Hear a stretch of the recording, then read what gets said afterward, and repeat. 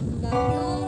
Saya mahasiswa Fakultas Teologi Universitas Kristen Indonesia Toraja semester 3. Video ini saya buat dengan tujuan sebagai tugas akhir dari mata kuliah Dogmatika 1 oleh dosen pengampu Bapak Pendeta Altius Pasulu DTH. Saya akan menjelaskan secara singkat inti pengakuan Gereja Toraja.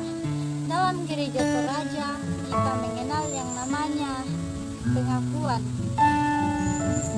Dan saya akan menjelaskan salah satu inti dari pengakuan Gereja Toraja. Ya, inti dari pengakuan Gereja Toraja yaitu Yesus Kristus itulah Tuhan dan Juru Selamat. Ya, kita perlu memperhatikan istilah itulah. Memang dalam ayat-ayat pendukung dari pengakuan inti ini kita dapati istilah adalah, bukan itulah.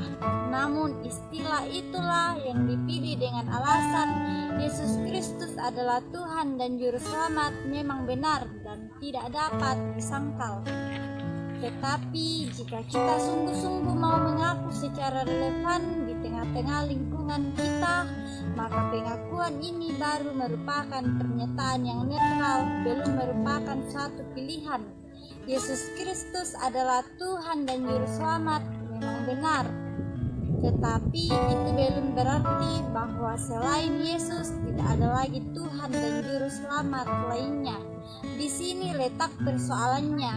Justru di dalam kehidupan kita terdapat banyak kuasa yang ingin pula diakui sebagai Tuhan dan Juru Selamat. Di dalam kehidupan manusia umumnya dan mungkin di dalam kehidupan kita sendiri masih terdapat saingan-saingan Kristus sebagai Tuhan dan Juru Selamat. Pengharapan kita sering dijamin oleh harta kekayaan, pangkat, kuasa, kedudukan, sosial, akal budi, ilmu pengetahuan dan ajaran-ajaran sesat, kesalehan dan sebagainya.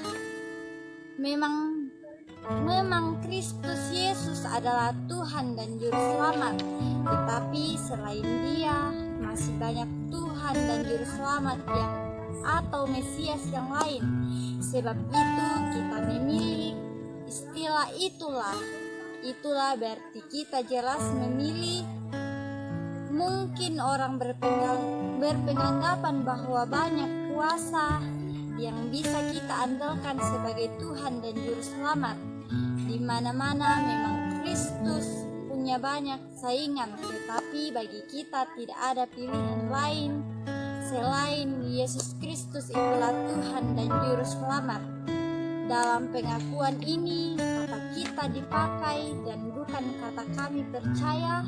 Dengan mempergunakan kata kita dimaksudkan agar setiap pendengar atau pembaca diajak untuk menghayati dan mengamalkan isi pengakuan ini. Jadi, kata kita dimaksudkan untuk melibatkan semua pendengar dan pembaca.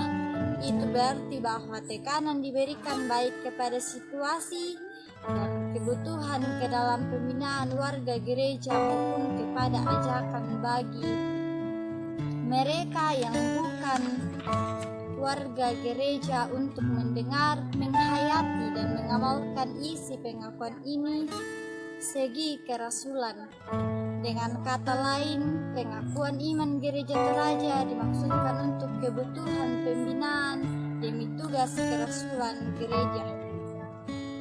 Demikian. Dan juga inti dari pengakuan Gereja Toraja yaitu Yesus Kristus itulah Tuhan dan Juru Selamat yang dijabarkan dalam pemikiran sebagai berikut.